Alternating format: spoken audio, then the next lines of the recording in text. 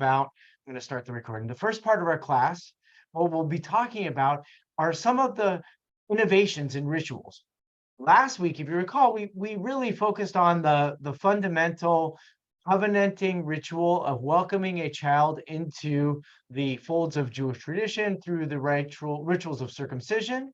And then we talked about the historical evolution to include rituals which now in modernity are focused on the welcoming of a daughter into the tradition.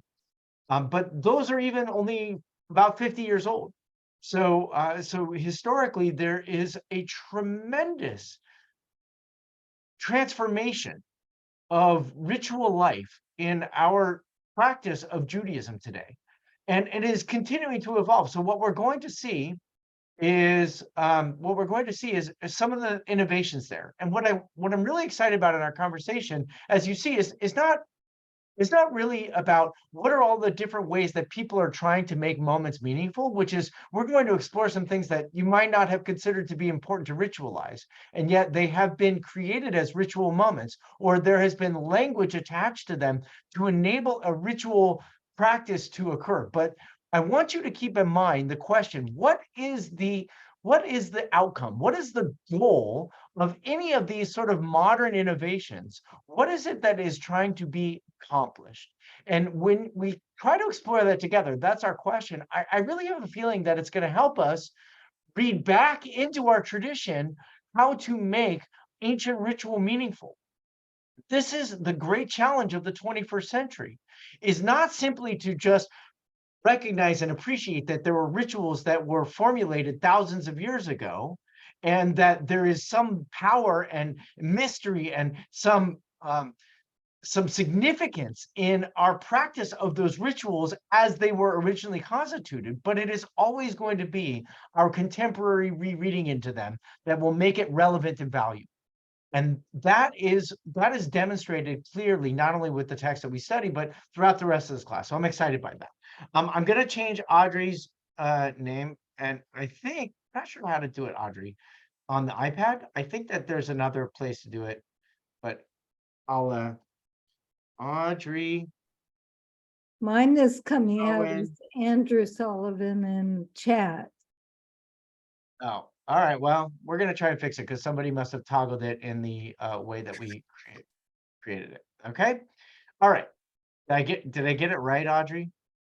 There's two other Andrew Schulmans who are off screen and yes, muted. Thank you. Okay. I signed out when I was trying to do it because I was pushing the wrong buttons. So thank you. Okay. I'm walking around. I've got a worker here, so that's why I'm not on video. Okay, thanks. We're glad you're here. Welcome, Deborah Harris. Nice to have you. Okay, so let's not this one. Here we go. I want to go first back to a couple of things that we studied last week, or we didn't finish. And they're really important because they're ancient rituals, but I want you to understand kind of the context of them because they do come into focus a little bit. So you see the words Pidyon haben, which literally means redeeming the firstborn son. Maureen, are you up for reading?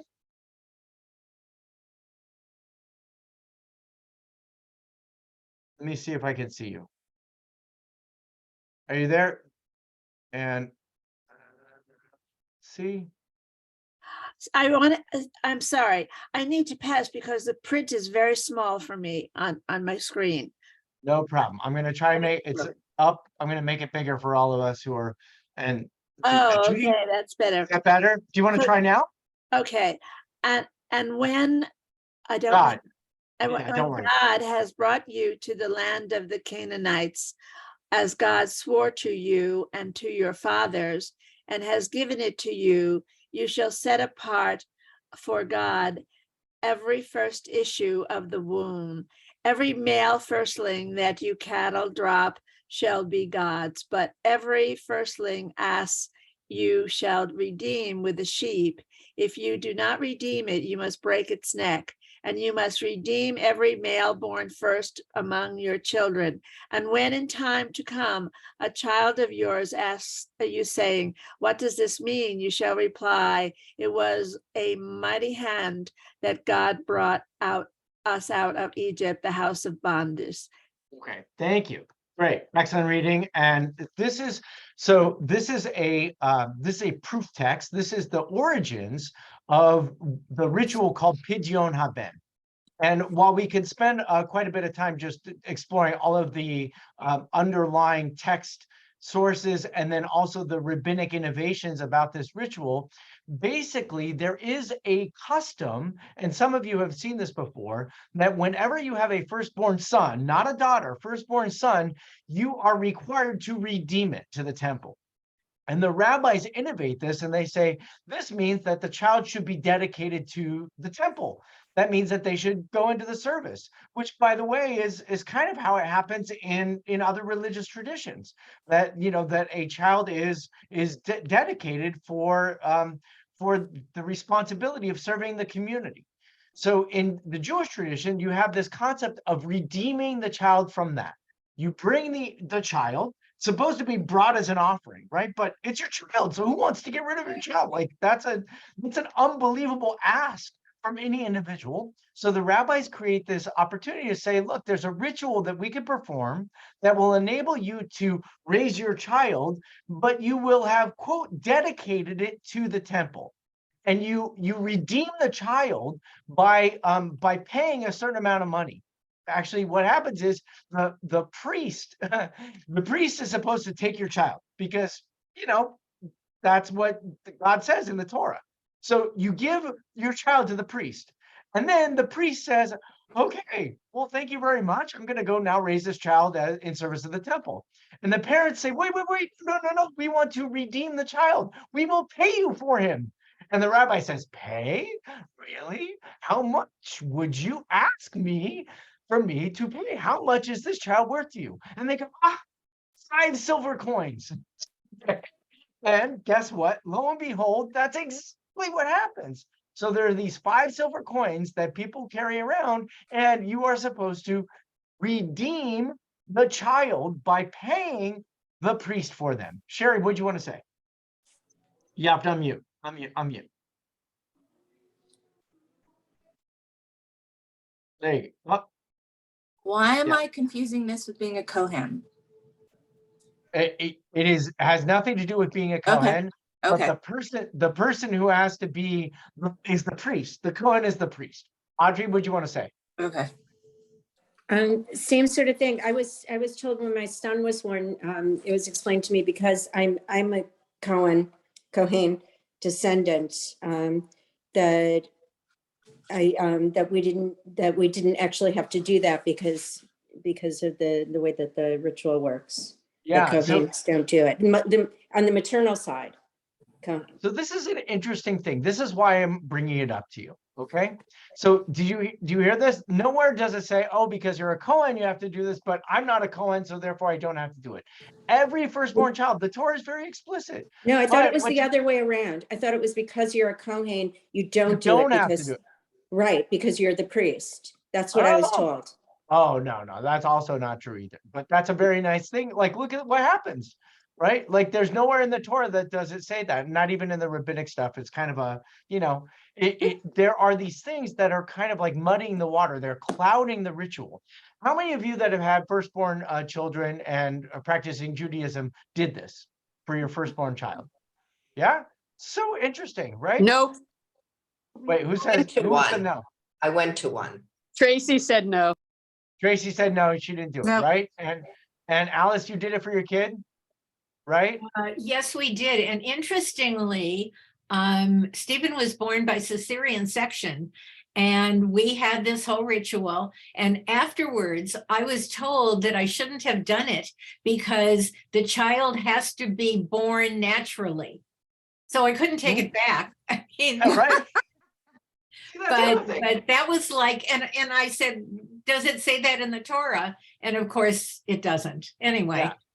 It's such a fascinating thing, right? So I mean this not as, it's not antiquated, although I will say this, right? So our firstborn child, when he was born, we did not do this. One, because we have all kinds of, like, we're rabbis, so we like argued all this rabbinic stuff out of existence, and we basically said, like, there isn't, we didn't find meaning in the ritual. You don't do it on the 8th day like a circumcision, which we did do, You do it on the 30th day of the child's life, which we did not do, right? And I'll just say one more thing about this, I want you to be exposed to it. But one more thing is that in the Middle Eastern traditions, specifically in the Persian community, they do not redeem their firstborn child until that child is of age.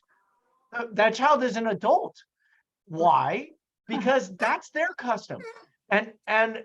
What is the meaning of that? It's kind of an interesting thing, right? Because they're like, we're not going to give it to you when it's a baby. We're going to raise the child. We're going to take responsibility for the child. And then when they're an adult, then we'll redeem them, which is a really good, because if you had a really nasty teenager, right?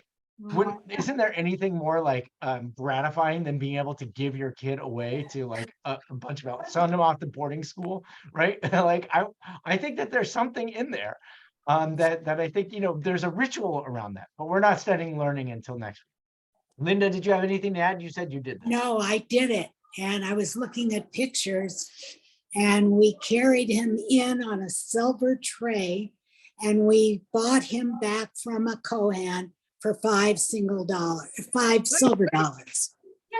Right. It's like, and what's beautiful about this is exactly as I described it, silver platter, not silver platter, but the $5 silver is something that's actually persistent. So here we are in the 21st century. Nobody's saying like, well, the inflation, right? So it should be more, right? Like there's nothing that is an accommodation of this ritual. It is still kind of like in its purest form. The only thing is that it's rarely practiced. Sue Casa, what did you want to add? I was going to ask, Hannah, she pledged her son Samuel to the priesthood. To the priesthood, and so I'm wondering if maybe this is where it came from.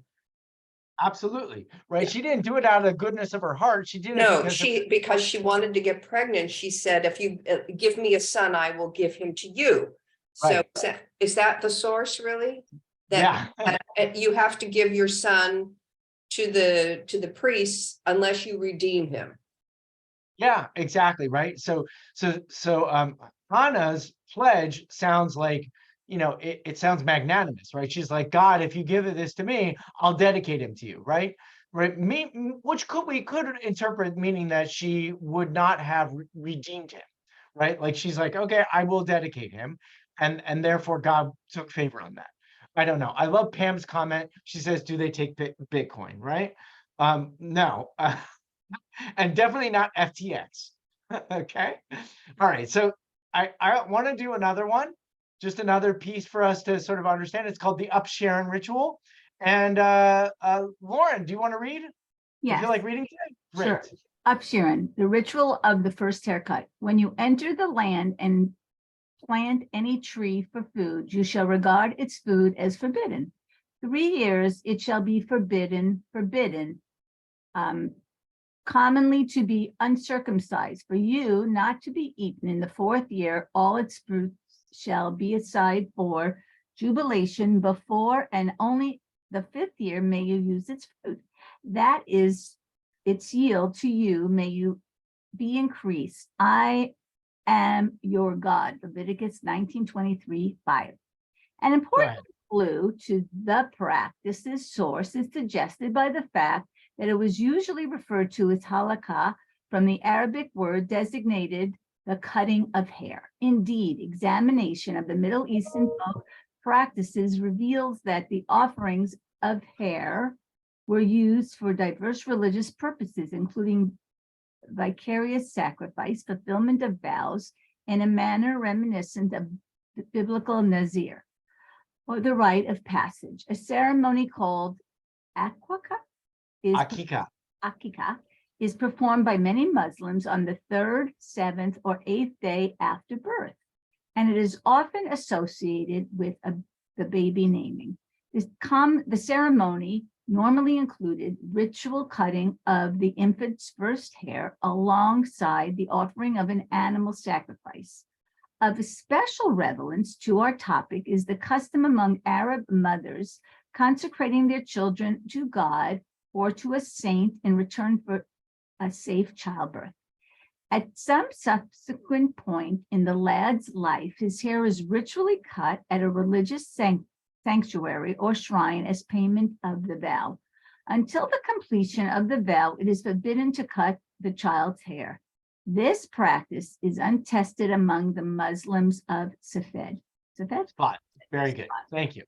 All right. So this ritual, has anybody ever been to this ritual, the hair cutting ritual? Okay, so it's also kind of a nice thing. You have, Sue. So basically there's another ritual that's, I mean, it's ancient. That's what you should have gleaned from the text that you just read. But the idea that the child is left unmolested, it's interesting, right? And circumcision, but for circumcision, right? Leave the child alone. Just like when you plant a tree, you cannot glean the fruit from a tree until the 4th year, right? The first 3 years, it's left to grow as it is. Don't eat the fruit, which, by the way, parenthetically, have you ever tried to eat fruit from a brand new tree? What does it usually taste like? It's usually sour and it's immature, right? So the idea that you don't take the fruit of a tree until its 4th year is a way to say that it's allowing it naturally to mature. The same concept was applied as a ritual for the child. Leave the child alone, whatever the child does, until the 3rd year. And then when a child turns 3, or at the 3rd birthday, the child's hair would then be cut. Okay, that's what happens in the Jewish tradition. This text that we read is that it's not that Judaism ever designed it to be that way. It was actually a custom that was borrowed from Muslim traditions, and that's how they used to name their kids, which is kind of interesting from a historical perspective. So why are people performing the ritual of cutting hair? Okay, if anybody's ever been to one of these, Sue, you said you've been to it. I mean, it's kind of a nice thing. Have you ever noticed what happens? It's very beautiful. It's fun. It's joyful. Usually if the kid isn't screaming their head off because they're scared getting their haircut. Remember, this is a kid who was 3 years old, never had a haircut. Anybody ever remember cutting your child, or if you had children, cutting the child's haircut for the first time? It's a terrifying thing, right? So here's a kid, if they're like, they're up for it, then what happens in the ritual is that it's also the introduction to education. And that it's the moment in which you begin learning. So think about this. A child in the first 3 years of their lives has no formal instruction, no baby Einstein. I mean, there might be baby Einstein, but it's not like you're not giving the kid baby Einstein, right? You're not plunking the kid in front of a television. You're just letting them be in the world. And then at the 3rd birthday, that's when you formally begin to instruct them in the way of the world. It's the same thing with planting a tree. Let it grow as it is. Don't trim it. Don't cut its fruit. Leave it alone. But then as soon as you start to clip it, that's when you can begin to shape it, and its fruit begins to bear a fragrance, if it's a flower, or to bear more mature fruit. Judy. So based on the concept of what you just said of education doesn't take place the first 3 years, how do you account for Jewish educational preschools? I mean, usually they don't really start until the 3rd grade. I mean the age 3, but we do have transition. Here's the thing. You have a good point, right? Like, how is it that we have this obsession with education? If we have this ritual that's supposed to allow us to let a child grow as it is. We'll say, if you take a look, it's a wonderful transition into our study of the text today, is that how people look at education is vastly different than the way that it was when the ritual originated. And you'll see sometimes both sides of the equation. There are families who do not do any formal education for their children until kindergarten, that they don't believe in the preschool experience. And there are some families that are like, right away, they're putting their kid into some kind of learning program.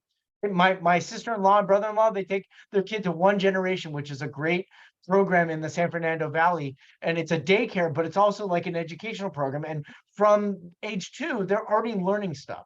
Now, are they learning calculus? No, they're not learning calculus, but are they learning how to put stuff in away, and how to sit on a mat, and how to clean up after themselves, of course they're learning that, right? But also, when you think about how much learning takes place in the first 3 years of life, not even formal education, sitting in a classroom, they're learning to crawl and walk and talk and being able to comprehend and all of that, that to say that learning doesn't take place until age 3, to me is such a contradiction in life, not even formal schooling education.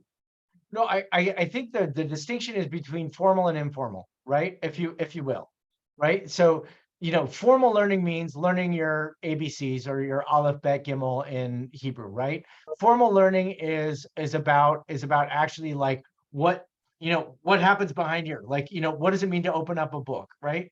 So, which, by the way, I mean, like, I don't disagree with you. I just think that there's a distinction between when we actually begin to educate a child socialize a child in formal education, right? Which is like how to write their name, how to read letters, identify letters, that's all that stuff. There is a good case to be made from an educator's perspective to let children kind of like acquire the world naturally, like those, Tracy put in Montessori perspective, acquire the world naturally just from their own curiosity. And then, at a certain point to begin adding the implements of formality. But I just think that, like, here's the thing. Is it a popular ritual, right? How many are doing upsharings? I mean, again, I didn't do that ritual for my kids. It's not a very popular one. More popular in the, believe it or not, in the Middle Eastern, because maybe the Muslim communities really do have a much stronger identification with this. Okay. Good points. Sukasa, very quickly, and then let's go. Oh, wait a sec. Does this have any relation to the payas? That they don't cut those? Right. So, right. And Tracy asked the same question. It does, in the sense that in the Torah, it says you're not allowed to cut the corners of your field. Okay. And so that was an interpretation that was adapted by rabbinic Judaism to say we don't cut the corners of the sides of our head. It also says in Jewish law at another place, it says you're not allowed to shave the sides of your head. You're actually not allowed to shave because it was used as a kind of like a cultic practice. Like somehow like you putting gashes on your face was a way of like evoking some kind of divine pleasure. And Judaism was vehemently against that. And so therefore you'll see in the more ultra Orthodox communities that they don't cut those hairs and they cultivate it as a sense of like, purity. Okay. So let's move on because I want us to move into a different conversation now. So I'll hold on to those. And what I want to talk about for the bulk of our study today is about one of the questions that you're going to really see in 21st century questions, which is, let me make this a little bit smaller, which is about whether or not people should circumcise their children. This is a question in modernity. Has anybody confronted that before? What you see, and I look for the statistics in preparation for the class and I couldn't find it.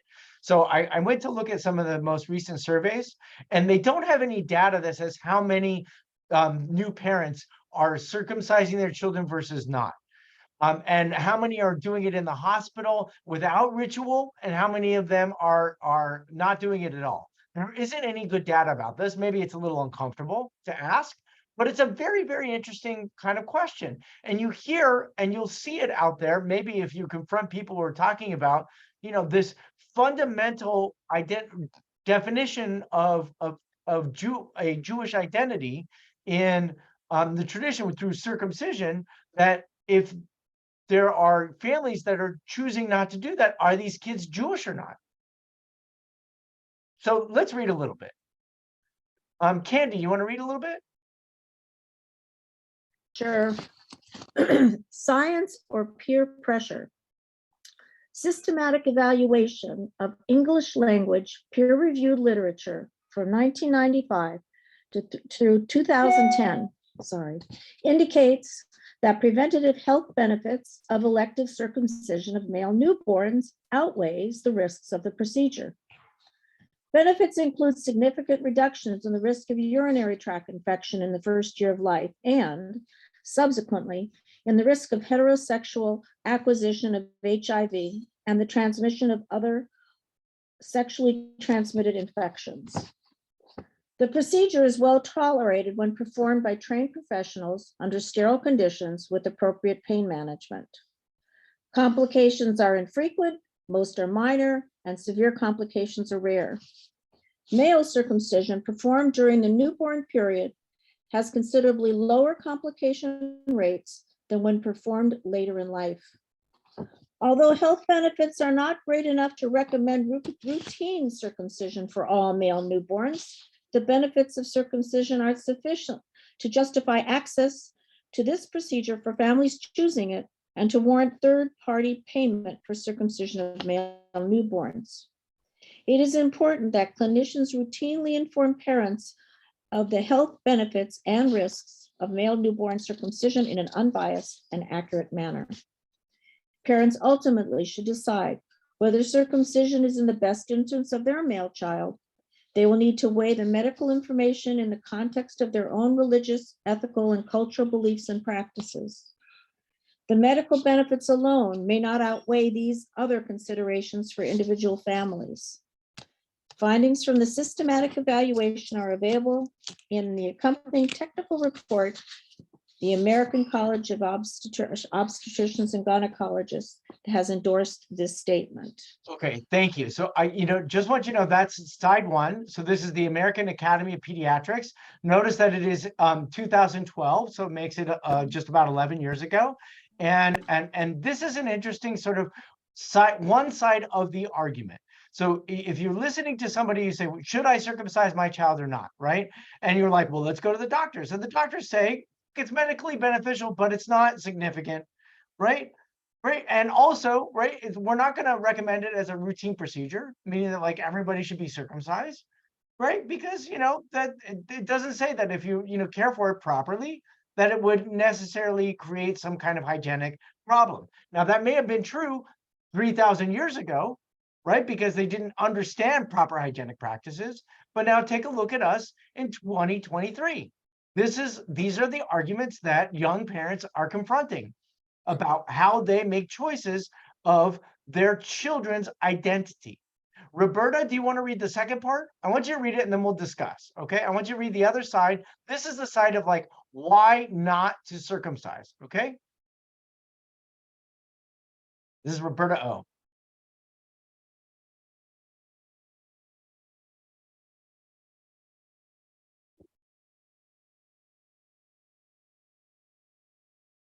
To circumcise or not, an ongoing debate. I can't imagine wanting to damage or mutilate a child at any stage of his life. The idea of forever changing what was a perfect newborn body is absolutely anathema to me. The research shows that for boys with access to clean water and who are taught how to wash themselves, there's absolutely no health or hygiene benefit to circumcision. Most boys in the UK, where we live, are not circumcised, so a circumcised boy would stick out, as it were, more than an uncircumcised one. Being different is not a problem, of course, but given that people keep mentioning this as a reason to cut a boy, I felt it was worth pointing out that it is not a cultural norm in many countries beyond the US, Israel, and Muslim nations.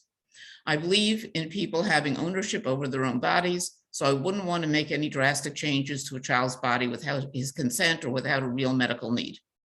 I'm against female genital mutilation, and while I know circumcision is different, I see them as being along the same continuum.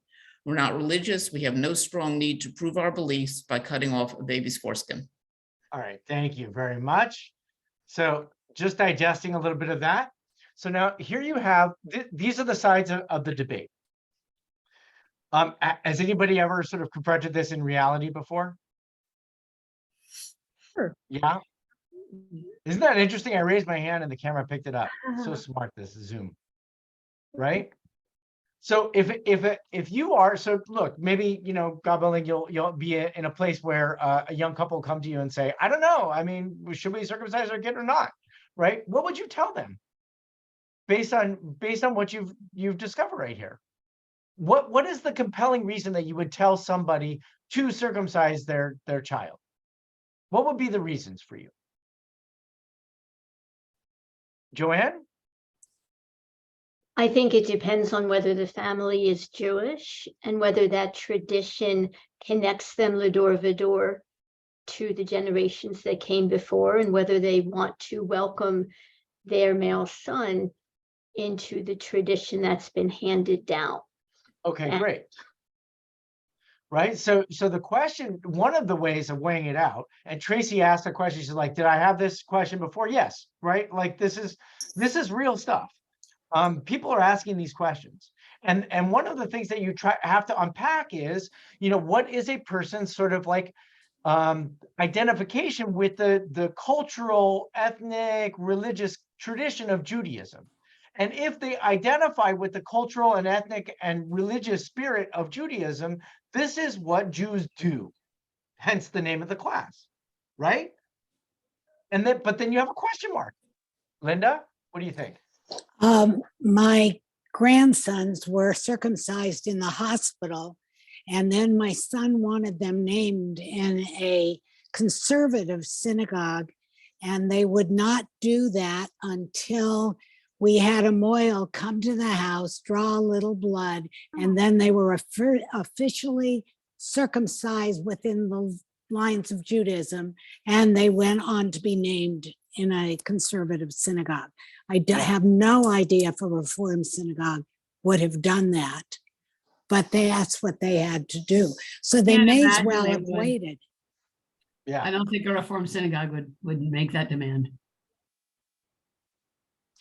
Yeah, no, it wouldn't necessarily make it a demand, but there is there is sort of an invitation to do this. In Reform communities, they would do that. Amanda, I will get back to your question because it's a really great question. I didn't mean to, to put them in opposition of each other, because I think there's plenty of like rationale. The reason, but I wanted to show like how there is sort of like a medically understood kind of suggestion. And if you read that side on the left, let me just discuss it now, and then I'll go back the other way. So the American Academy of Pediatrics says circumcision is fine. It doesn't say you should circumcise. Circumcision, if you did circumcision, it would be a good thing. But on the other side, you have somebody that says, why should I circumcise my child? Like, this kid is perfect. What are we talking about? Right? There's no medical reason to do it. So, and that was in one of the arguments. So what are we talking about? Are we talking about a medical reason? Are we talking about a social reason? Are we talking about an ethnic reason? Are we talking about a cultural reason? These are the things that we have to really explore here. And that's kind of like what, so now go back to what Linda's saying, right? So why would a kid who was circumcised in the hospital with a medical professional not be considered a Jewish kid? Why not? Right? Was there a ceremony? There was no ceremony with it.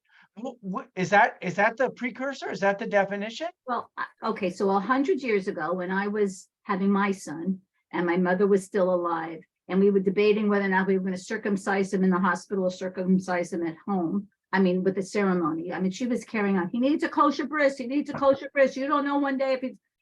So of course, I actually listened to my mother. Unlike children, young parents today who make up their own minds, and my opinion doesn't necessarily count.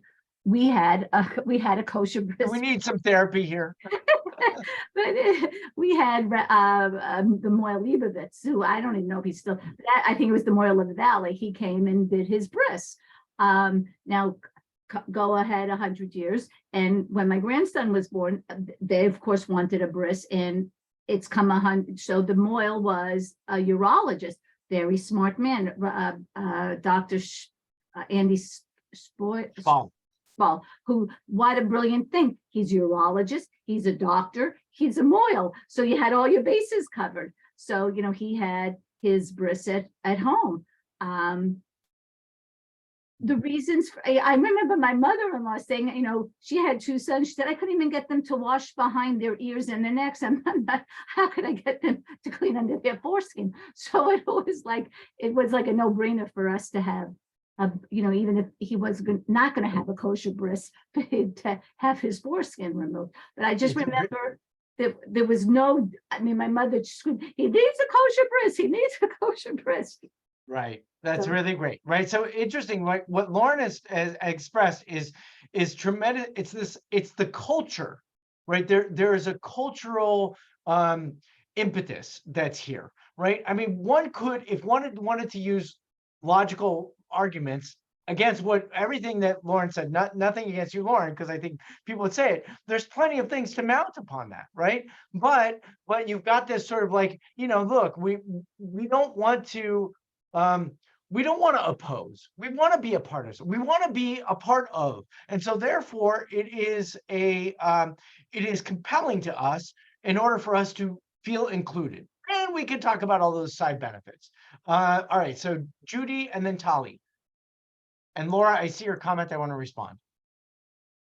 So back in the day when I had my children, we didn't know what the sex was before they were born like they do today. And I had preterm births. And when I had my firstborn, I went into early labor. And I think one of the keys was we had never discussed in advance to have a bris or have a hospital circumcision if the baby was a boy. And I remember being in the labor room with a nurse coming in with a clipboard and a chart saying, if the baby is a male, do you want an in-hospital circumcision by a doctor? And my first reaction was, yes, sounded logical to me. Now, I had not had that conversation with my in-laws and my parents. It had not come up. Every other topic had come up, to nurse or not to nurse. But I think education and conversations are key to bringing up all of these points. And obviously, it'll ultimately be up to the parents. But back in those days, it was something that hadn't been discussed. And I have two daughters, so the question never came up. But afterwards, I said to my husband at the time, boy, when that nurse came in with the clipboard and I was in active labor, and I just said, yes, for sure, I want a doctor to do this. It was like, can you imagine what our parents would have said if we did that? So, right. Yeah, I think whether it's discussed as a family, with a rabbi, with your doctor, I think, and maybe today is different because almost everybody knows the sex of their child before the child is actually born. It's named and everything else. So it may be different, but I think that conversation should be had. And so when a pregnant woman comes in and the rabbi says that you discussed whether or not this child will have I don't know if you want to call it a kosher bris or a bris by a moil, I think that's an important conversation. And you're raising good points. What will you say? As a rabbi, you're going to have one set of answers. As a doctor, maybe another. Friends are going to have this third set of arguments. And so I think it's a really, really important conversation prior to the, emotional day of. I think that's a really great point, right? Which is that education about these things. And when we talk about ritual, okay, which is sort of our focal point here, that ritual needs a little bit of that education. And sometimes people do lots of things because that's the way that it was always done, and you feel sort of like connected to it, right? Like, how many times do we do things because that's what that's the way that it was always done without ever like really thinking about it? There's probably more than enough times that we care to think about with that. However, when it gets to this really significant moment, and without education, it seems like, what would have been a foregone conclusion is actually a very serious question about who you want your child to be. Hold on to that, because there's a couple more pieces of that. Tali, and then Tracy, and Laura, I haven't forgot you. I have a 7-year-old son, and we thought we wanted the gender to be a surprise. And I realized that actually I needed to have this conversation about circumcision beforehand because my husband and I didn't agree at all. I ended up winning, and he is circumcised. It was done, the kosher way in my parents' house with a moil who happened to be also a urologist. I thought win-win. And it ended up not going so well. And so a year later, when my son was 1, he had to spend a couple of hours at Children's Hospital having surgery to repair. It was a little like scar tissue that was sort of tucked in and growing, and it needed to be taken out.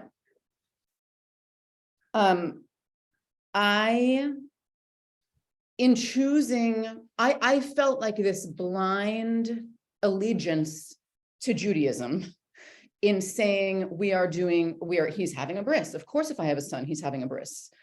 And after he went through the hospital experience, I'm just not so sure anymore. And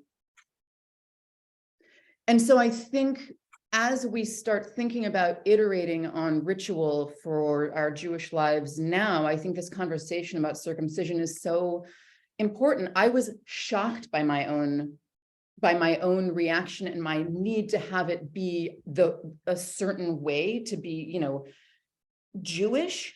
Meanwhile, I'm Jewish. It would have been, why wouldn't that have been enough? Why wouldn't a naming have been enough?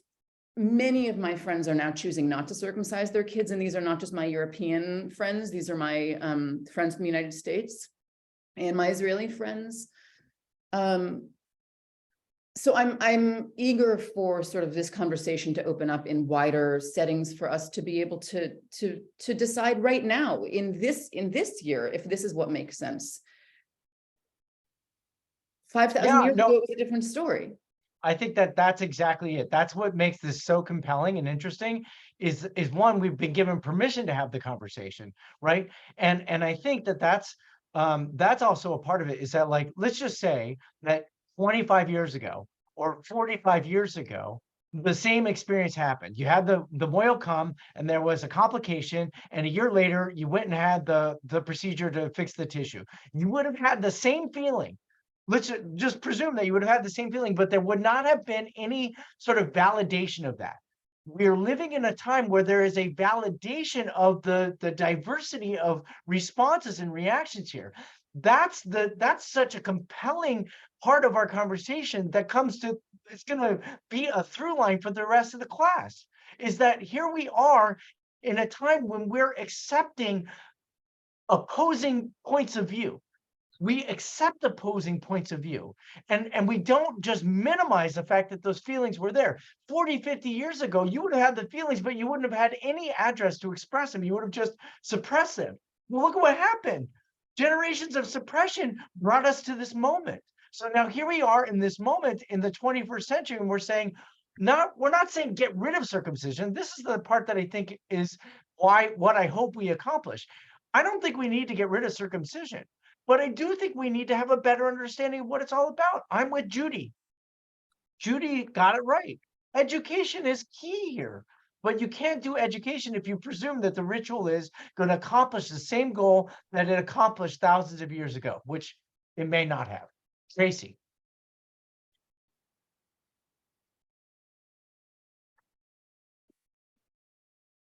Where'd you go, Tracy? Oh, you got to unmute yourself. First of all, thank you for what you just said about allowing for that conversation and how important that is. I think that's great. My experience is a lot like Tali's. I don't need to repeat it, except for the fact that I had never been to a bris. I was raised by two Jewish parents, but not particularly observant in any way. I felt the need to do that because I was Jewish. My husband was not Jewish. You could see by my married last name. And I presume nothing. Fair enough.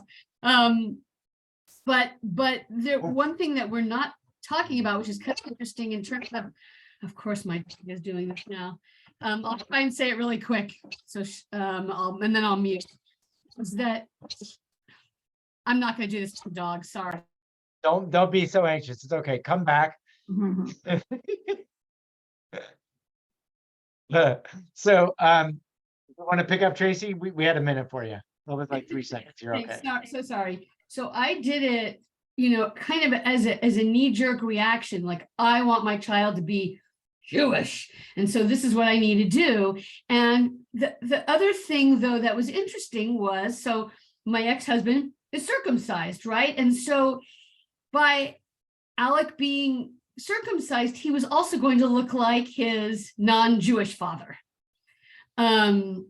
So, you know, I just want to say that notion of looking like your dad is something that's there too, whether you're Jewish or not. I think that, I mean, we're mostly women having this conversation, and anyway, I just wanted to kind of put that one out there, because we're not talking about that from a religious perspective, but that I think culturally it's something. No, that's a very good point to add. There were two key points to sort of like add the tension in there, and then the one additional contribution that you made in your comment is the sense that we want to look like not everyone else. We want to look like the most proximal people to us, and it helped because your ex-husband was circumcised. And that's such a fascinating complication of our story, because let's talk about the intermarriage rate in the Jewish world. We're up at 60 to 70%. That is a fact. Okay, the fact on the ground is that we are a more diverse population. So our rituals must also have some flexibility in its diversity. I would say, if you go to the statistics, you hear people saying that they're not circumcising their children. It's still a vast majority of circumcising. Vast. I mean, I'm almost certain of that. If you go to the American Academy of how many people get circumcised, you're going to hear that it's a majority of people are circumcised. It's cultural, it's hygienic, it's historical, it's proximal. It's about, people who are connected to the people closest to them. And while the invitation of the conversation is welcome, the idea that you're doing circumcision for this like Jewishness is really a powerful question, and I appreciate you all identifying with it. Does circumcision make you a Jew? This is a question that we have to ask today, and we ask it with seriousness. The more conservative aspects of Judaism would say absolutely not. And so you have to be like what Linda said, right? They got circumcised in the hospital. They have to do this little like ritual that is a pinprick on the base of the penis to show that there was some blood drawn, and the blessings have to be recited. It's what Lauren said. I'm sorry, Laura. She said, you don't need a rabbi. You don't need a moil. You need somebody to say the blessings. Okay. And I would just correct my dear rabbinic colleague that it doesn't have to be two male witnesses. Right. I mean, if you wanted it to be Orthodox, but like, yeah, I'm just talking about people who are coming to looking to make aliyah, and they have to have a kosher bris. That's all. And it has to be. I'm going to argue with you. No, we don't have to argue. Rabbi, we'll argue because even still the sort of validation of a bris and certification, if the child has a non-Orthodox certification, they can become a citizen of the state of Israel as a Jewish person. But like I said, we could talk about that. It's such a great question in general of sort of like, so where is the boundary of identity drawn here? Is it Israeli citizenship? Is it being a member of a congregation? Is it being allowed to date Jewish girls? All of those boundaries are becoming very, very thin. They're dissolving in our midst. So that's just something to hold on to as we're doing this. So look, it's almost 12, and I want to just show. Well, Judy, I'm going to take your comment. We're going to go just 2 minutes after 12. I want to show you something because I want you to see where the evolution is just for a moment. Judy, Tracy, just give me a second. Take a look, because I want you to read this in the text, okay? I want you to see one thing.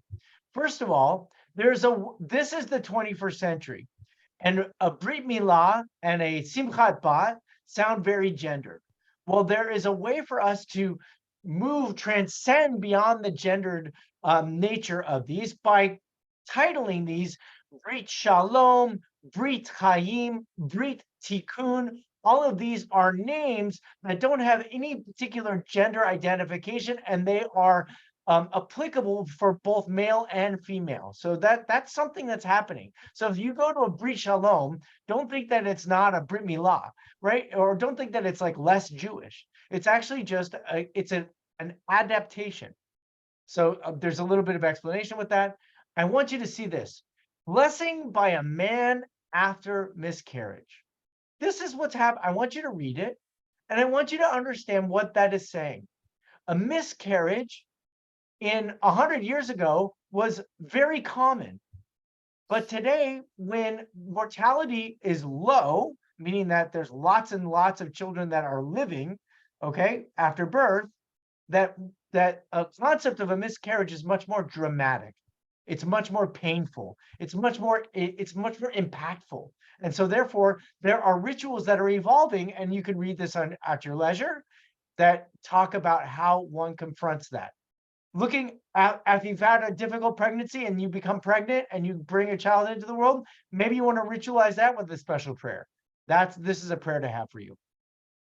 Or going to the mikvah after a miscarriage, preparing yourself to be ready if you're physically capable of having another child. There's a way to do that. All right, so with respect to our time, Judy, what did you have? And then Tracy. I just wanted to go back to your opening question, is because now you raised a question in my head as you asked. What do you say today as an argument for or pro if a child or a grandchild were to come to you and say, why would I circumcise my baby if it's a male? And at this point, at this juncture, you've given lots of answers, and you've said, well, the Pigya Ben and the Upshirim are not very popular. Not too many people do it. And so a child or a grandchild of today's mentality would say, well, if those rituals are no longer so important, why would a bris, I'll have the child circumcised in the hospital, well, why would a bris by a moil and a ceremony be so paramount when you say these other things are not as important? And I'd like to go back to that question, because I think many of us may be faced with that with children and grandchildren. And I think that's a really important point to say before we end this class. What is a way to go around giving those answers? Thanks. No, that's a really great. I'm going to take Tracy's question, and then I'll respond. It's not a question, it's just a little addition to this to make it a little more human, in the sense that when I did that bris for my son, or I had that put together that bris for my son, at the time I was living in Dallas, and I imported a moil. There was no moil in Dallas, and I flew someone in from St. Louis at the time, and I will use not mean words, but this guy was a real jerk. And he wasn't nice. He made me miserable before we even started. Then he screwed up doing it. And then he says, oh, he's still crying. That's on me. I mean, it was kind of an unbelievable experience. And so, anyway, I just want to say that we're forgetting that there's an actual thing that happens that could influence it. I remember standing there squeezing my mother-in-law's hand and thinking to myself, I'm never going to have another child because I don't want to have a boy and have to go through this again. So right. I just want to add that, because we hadn't talked about that part of the actual event either. Right. So let me just ask you a question. Did you have more children? Nope. Because of this? No, not only, but I was there, and I thought to myself, I never want to have another son because I never want to go through this again. Right. So great. It's a great point, and I think we could talk about the impact of the ceremony itself. Take care. Bye, Amanda. Have a good week. Just to sort of like conclude with Judy's really great question. So what do you do? Right. So how do we speak about this? So I can't give you a complete answer, because I think that's what our class is about. the reason we're studying the class this way, where we talk about like what is the sort of like, you know, tradition and then what's happening now, is so that we can kind of make the connection between then and now and try to confront what's going to happen tomorrow.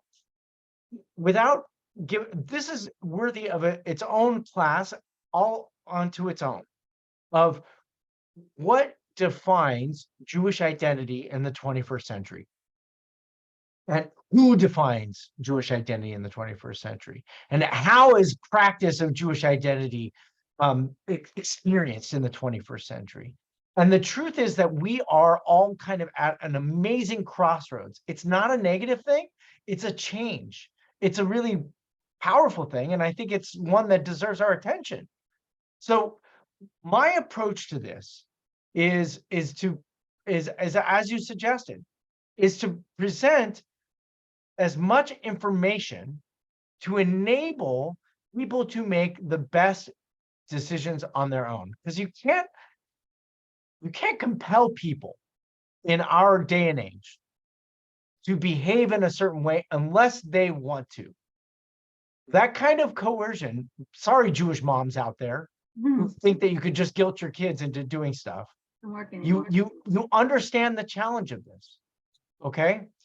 We had this crazy idea that we should educate our children and give them the world. And we've exposed our children to a world in which the power and the capacity to choose for themselves is a premium. This is what Western civilization has been celebrating for the past 200 years, okay? More than 200 years. It is the foundation of this society, is the ability to make individual decisions. So we are in a time in which that is the fulfillment of that. So how do you introduce people to make choices that are in line with this tradition called Judaism, which has existed for thousands of years? So I personally believe that the traditions that we've been carrying forth are still valuable because they've always been rational. They've always had a way to justify their actions. I don't need to tell a person to circumcise your child because it is hygienically superior, because 2012 is going to tell me, but you know what? Cleaning your kid is just fine. So I don't need to make my arguments ones that are so overwhelmingly compelling from reason, but I do need to make as many compelling reasons, if you will, from the qualities of faith that I think we need. What do I mean? I mean being a part of a community. I mean being given permission to ask questions and have a safe space for those questions to be explored. I mean being a part of something that is greater than yourself and having permission to ask questions in that space and know that you can find an answer that you will carry with you as a meaningful response. It's your experience, one that you would be so proud of that you would then transmit it to your child. So I gave you that quote about the Pidyon Ben. Do you remember that Pidyon Ben quote? Part of it is really compelling, but we didn't go into depth, and I'll just leave it here. It says, you dedicate your child to the temple, right? And then the very next line is, and then your children are going to say, what's this all mean? What an amazing thing. Your child, this is in the Torah. This is thousands of years ago. What's this all about, right? I have to be able to tell my child that this is what it all means. So I want to be able to make decisions for my children that say, you were circumcised when you were 8 days old. Why? Because you were a part of this heritage that has been held precious in a community for thousands of years. I want you to understand and explore the preciousness of this heritage, and for you to live your life in such a way that, God willing, if you choose to perpetuate life, and to bring children into this world, that you would feel compelled to do it. And it's not about the ritual. Okay, yes, there is this sort of physicality of it that seems in some way like it might be harmful. The doctors tell me that there's no harm to it. Even the one when unfortunately there's a mistake that happens. But because you make this commitment, this is the commitment that we make for our children. And I think that that's where I have to leave it, because I can't tell you, and therefore you have to commit it or else, right? I have to demonstrate that that commitment it's given me a meaningful life, and I want you to have a meaningful life. So I would say, like, the families that choose not to circumcise their children, all right, what are you doing to make sure that you're living a life filled with meaning? And if you have a good answer to that, I'm going to draw a very a very narrow conclusion that Judaism is going to be a part of that answer. That's my hope. Judy, did I answer your question? Sorta. Yeah. Okay. Before we get off, I'm so sorry. I didn't get on the Zoom on my laptop right away. Could you just put back the link for the documents for today so I could just?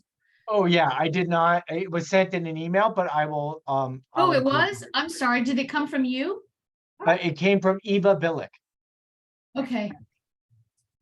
Would you like me to share it with you now? I see. I got it. Thank you. I didn't realize. Thank you. No problem. No problem. Hey everybody, we're reaching the end of our class today. I hope you all have a fantastic day. We are not meeting in class next Tuesday. That is because the Academy for Jewish Religion California is having its first in-person retreat since the pandemic. It's been almost 3 years since we've been in person, and we are so excited. There's going to be about 100 of us that are gathered together at some point throughout this 2.5-day retreat. So excited.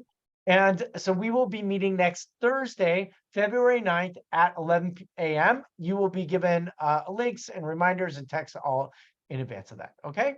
Thank you for a great class. What's up? Have a great week. Take care. So happy you're here. Bye.